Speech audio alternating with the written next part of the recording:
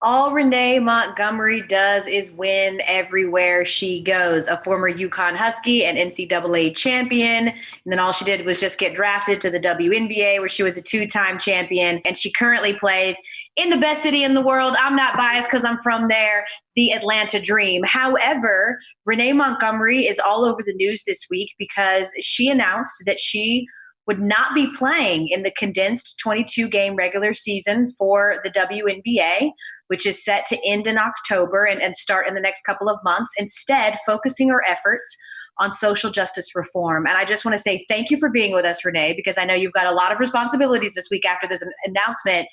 I know that this could not have come lightly, this decision. What went into the decision to decide to do this? A lot. I went into thinking about my teammates, my coaches. They signed me to a contract, so they were going to have me, my family. This is my livelihood. This is my job. So, and my parents, of course, because you don't want to do anything without your parents' approval. So a lot went into this decision, but it wasn't like I woke up yesterday morning and just decided to tweet that out. I had already talked to my coach, my head coach, Coach Nikki, 3-4 days ago, just telling her everything I felt. So a lot went into it, but I feel good about it.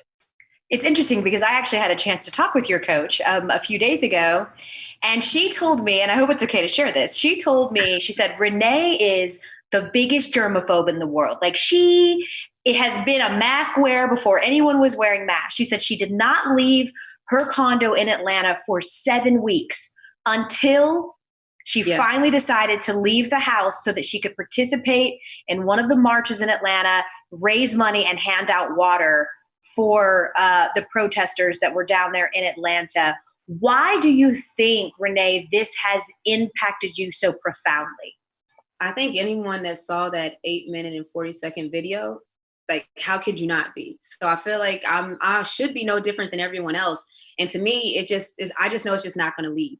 I know that it's not a problem that's going to fix itself. I know that this needs attention. So Coach is right. I was shacked up I wasn't going anywhere, but that's how important this is to me. That's how important change is to me. I'm going to be honest with you. When I found out when I got this news, I was actually joining CNN to talk about something else. And then you announced this and they asked me my thoughts. And I was conflicted because the first thing I thought was, oh my gosh, how incredibly selfless. Like, it's a selflessness that I probably will never understand. And then my second thought was, why is it always Black people having to sacrifice? Like, I know how hard you work to get here, Renee. I know what basketball means to you, and I know what you mean to your team and to the city of Atlanta. And to feel like you have to sacrifice, even if it's just a season of play, really had me feeling so conflicted because it feels like we're always the ones that are forced to give things up. Did any of that come into play in terms of you making this decision?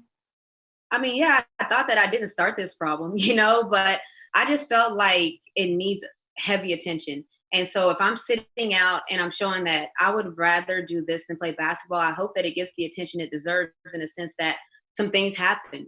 And one of my main things I want to start with is voting. Because in Atlanta, we have some problems with people have to wait hours at a time. It shouldn't be like that. And the excuses are, well, there was more people than we expected. These are new machines. So maybe October, before November elections, maybe I start making a lot of noise. But yeah, I didn't start this problem. But if we don't fix it, then who will? Do you anticipate that there will be other WNBA players? Because listen, as much as the NBA gets credit for sort of being this woke league and, being sort of the bastions for social, it's the WNBA, it's the women that years before have always been on the forefront of this fight. Do you anticipate there will be other WNBA players that will essentially decide not to play? I do. And if they don't, so, everybody, it's a hard decision. So I have talked to some people that said they plan on doing the same thing, but I wouldn't feel any type of way if they changed their mind, because this is a big decision. So they might've felt like they wanted to do that and then thought maybe there's a better way for me to do it, or maybe I want to do it a different way. So I do know that there's other players that feel the same way I do. However, I don't know if they're going to decide to sit out or not. It's interesting, Renee, because I feel like me and you have some commonality, not in the fact that we're both world-class athletes, because God knows I'm not. But you grew up, I believe, in West Virginia, in a pretty much predominantly white area. And I grew up in Powder Springs, Georgia, which was a predominantly white area.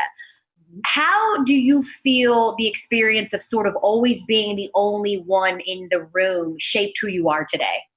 Oh, big time.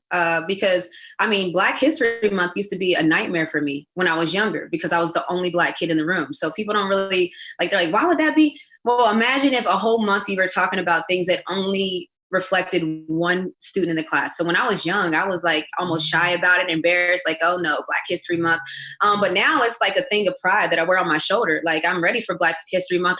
It's a different feel. You almost, when you're the odd one out, you almost feel like you don't belong or you don't want to necessarily explore because you don't want everybody looking at you. But now I'm like in the books watching 13th on Netflix. I'm trying to get all the information I can. So it is different growing up in a predominantly white area. And then I went to a predominantly white school. So I've been surrounded by another culture my whole life. It's so funny that you say that because you're right. It's sort of always feeling like you don't have a space to belong where you can be yourself. And then you get to a certain age where you're able to sort of seek your people and to really find who you are and find your voice and come into your own. It's a beautiful thing. And, you know, as my mother always told me, it's better late than never, right? I love what you said in your tweet. Moments equal momentum. Thank you for this moment in time. Thank you for your sacrifice, Renee. I hate that you had to make it, but I think there's no better person out there to do it. And again, we wish you the best. Check in with us. And we hope that you make your impact and then you get back on the dream because we need you, Renee. Thank you. I appreciate that. And I appreciate you for having me on here because exposure is what I need. So I thank you guys for having me. You've always got a platform with us, Renee. Thank you.